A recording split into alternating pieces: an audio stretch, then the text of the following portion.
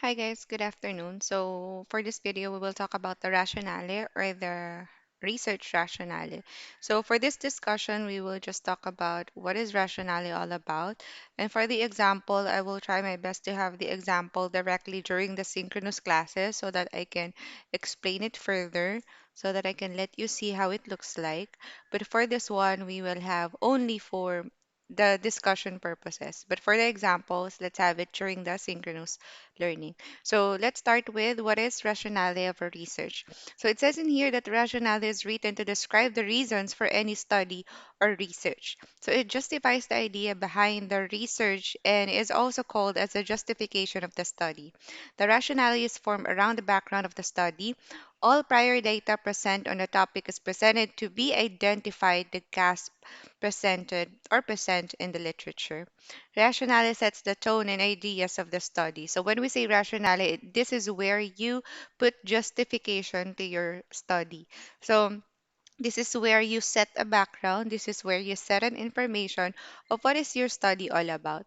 So this is different from introduction and abstract. So when we say abstract, this is like the summary of the research. So if you saw a research with an abstract, meaning to say it's like a full-blown research and it's already done or already finished.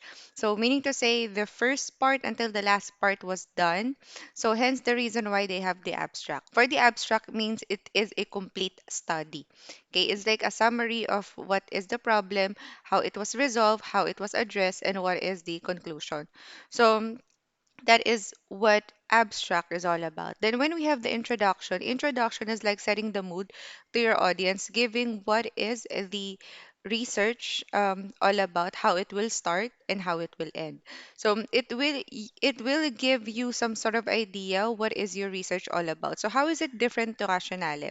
Rationale is like a straight to the point summary of the background of your research. Aside from introduction or unlike introduction, we can have, it's like giving you a chance to begin a study. Okay, so it's like defining what is what is your research, giving examples, giving a scenario, just like how you usually start your essay. So that's introduction. So rationale is actually tagged along with introduction, hence the reason why there are people saying that introduction is just the same with rationale. Rationale is more detailed while or more specific, while introduction is that it covers everything, right? So it starts from, some brief background until, how you are planning to solve the issue. Okay? So here are the steps while writing a rationale of the study. So first thing is that the first few lines provide the background of the topic in such a way that it tingles the curiosity of a reader. Also, introduce the problem that has to be discussed. So for your background of the study, it should be catchy. So when we say tingles the curiosity is like catching the attention of your audience. So when you catch the attention, there might be a huge possibility that they will be interested in your writing and they will start reading your study and then finish it, of course. So, as you can see in here, for your rationale, it should be a little catchy. It should catch the attention of your audience, and at the same time, it this is also the best time for you to discuss what is the problem all about. Then briefly explain the problem that has to be addressed and what the research outcomes are. So the detailed hypnosis of the problem and what the study would tackle. So for your rationale, this is the best option for you as well to discuss what is the research all about, what is the problem that needs to be tackled, and what are the things that we need to be addressed. Okay, and then for the number three, use bibliographic citations to strengthen the reasonings for conducting the research. Also, highlight the intended audience, which will scrutinize the research or use it for further studies. Okay, so for bibliographic citations, this is where you usually put your citations. Like, for example, um, Aaron 2022. So according to Aaron 2022, the study is about, so that's bibliographic citations. What else? The APA format for the reference. Those are citations as well, bibliographic citations. So it is really important for us to have a citation in every part of our research to strengthen our study. What do we mean by strengthen? It's for us to make sure that we are giving the right information because it has basis, right? So if we are basing our study into facts, then there might be a huge possibility that it will also be effective to your audience or to your readers rather. Then aside from that, we also need to mention the audience so that it will be offered for future studies or further studies as well. So we should always consider our study to be open for another batch of study or for another batch of researchers who will continue your study. Next is the purpose of your work and how it will be utilized further. So in any research, there might be a chance that it will be, used by other researcher to continue. It may be used for other researcher as reference, or it may be used by other students for educational purposes. So you always need to know your purpose of your work so that it will be also beneficial to the people around you. Okay. Next, we have number five. Writing should be as concise as possible. It should be written in such a way that it avoids pretentious writing and could be readily understood by the intended audience. So as much as possible, we would like to make our research more understandable to our audience. It shouldn't be pretentious when we are writing. It should be direct to the point and easily be understood by any type of audience. So for number six, avoid using specialized, complex jargon or technical terms lingering around the problem. Describe the problem thoroughly and keep the information specific. So when we say complex jargon, we shouldn't use words that are commonly used by us, by our friends, by our families, or words that that only us can understand. So we should always use words that are terminologies that can be easily understood by other people as well. So technical terms, we shouldn't use words or vocabulary words that are not appropriate to the sentence. So we should make it simple as much as possible for other people to understand. For number seven, in a few lines, also discuss the impact of intended research and its implications and impact to the real world. So, aside from making your own research, you should also make sure to consider how it will be beneficial to the people around you and to the real world. So, we shouldn't just conduct a research for the sake of a requirement, but we also need to conduct a research to help other people for a future problem that will arise. Okay, so 8 is also highlight the traditional references and methodology utilized for the research.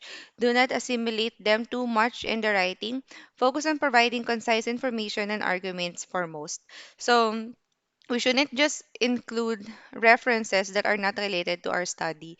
So always make sure that yes, citation is important. However, we need to make sure that it is related to our study. We shouldn't just indicate a study or a citation just for the sake of us putting a citation in our research. It should always be connected and related to the study. Okay, next. We have the stating research questions and formulating statement of the problem. Okay, what do we mean by what is a research question? So when we say research question, a research question is simply a question related to your chosen topic that needs to be answered. It is the question where your research evolves. It will guide you in which information to search, data to be collected, and how you're going to design your writing process. So when we say research question, this is not just simply a question, but then this question should be answered at the end of your research. So you are conducting the question or you make a research or these questions because these are the questions you have in mind. And all of these questions should be answered at the latter part or at the end of your research. So for example, we have in here if your topic interests in social media, you can formulate research questions like why do teenagers make up the largest percentage of Instagram users? How does frequent use of YouTube affect people's social behavior? So, for example, your topic is the use of social media. So, as you can see in here, social media is too broad. However, for the research questions, what do we have here? Why do teenagers make up the largest percentage of Instagram users? So, for the social medias, you can see it was mentioned Instagram and YouTube. So since social media is a broad topic, you have to Since you use social media, you have to make sure that you cater everything. So you have Instagram, Facebook, YouTube, Twitter, and whatever.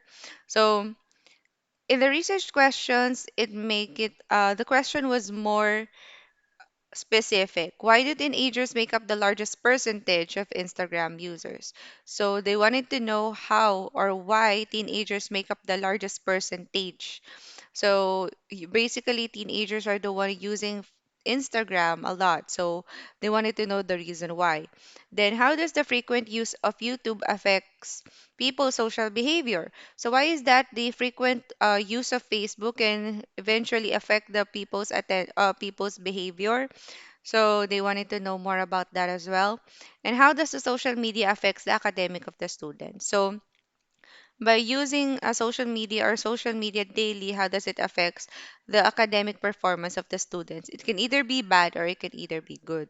So as you can see, the questions are not just easy as one, two, three. It cannot be answerable by yes or no.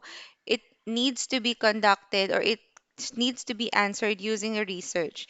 So if your question is too easy, there might be a chance that we can even answer that in just yes or no, or we can even answer your questions by a simple essay writing. So as you can see, the questions here are too broad that we need to answer or we need to know the answer at the latter part or the end of our research. So, what are the things that you have to consider in formulating your research questions? First things first is that you need to focus on your topic.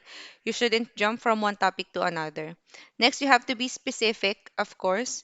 Then it should be researchable. So you have to make sure that your answer or your question should have a significant citation to include.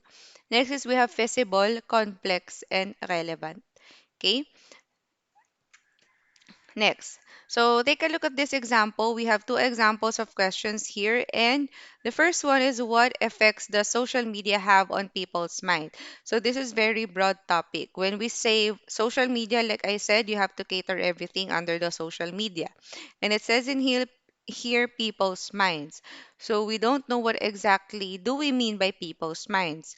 So we have another example here or another question, revised question rather, and it says, what effect does the daily use of Facebook have on the academic performance of high school students?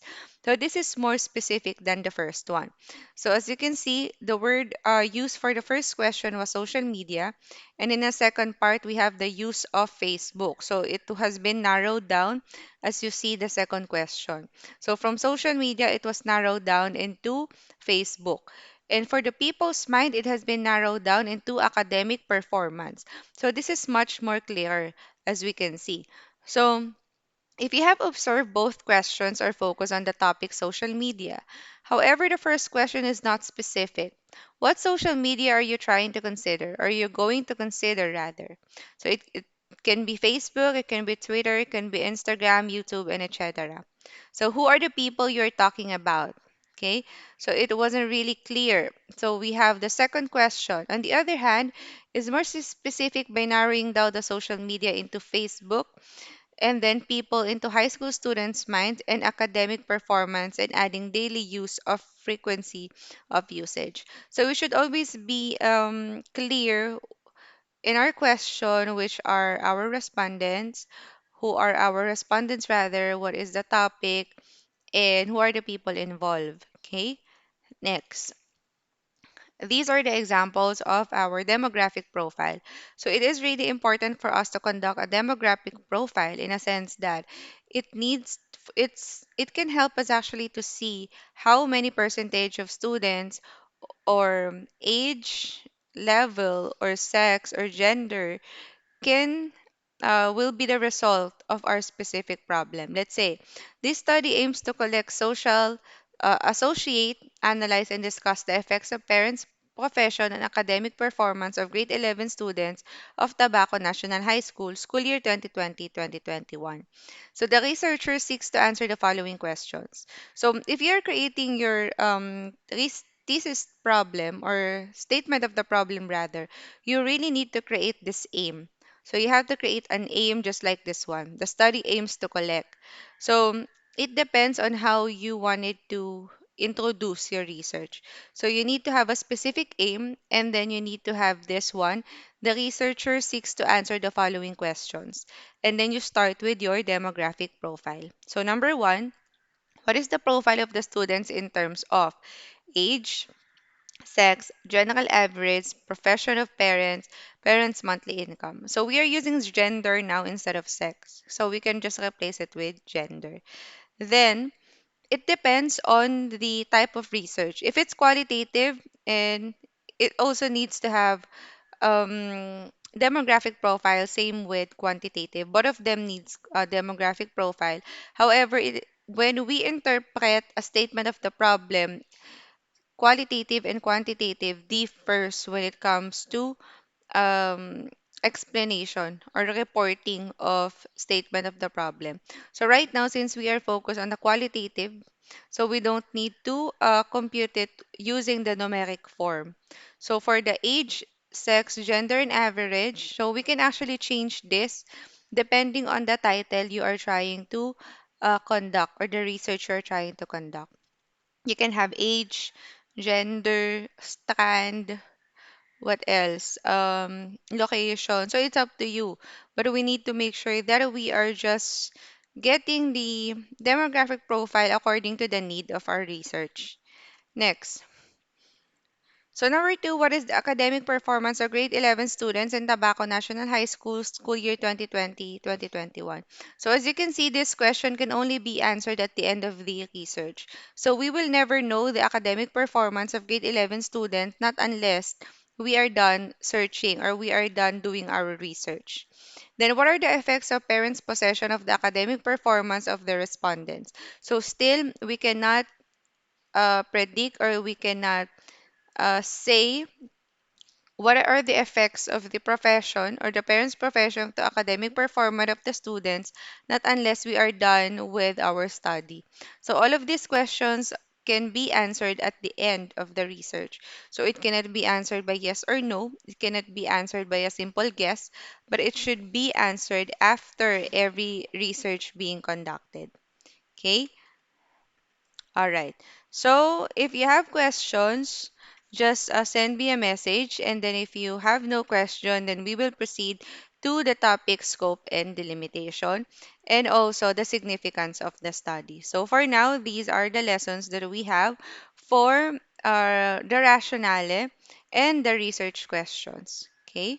So we have the rationale, stating research of the research question and statement of the problem. So that's it, and thank you so much for listening, and have a great day. Bye bye.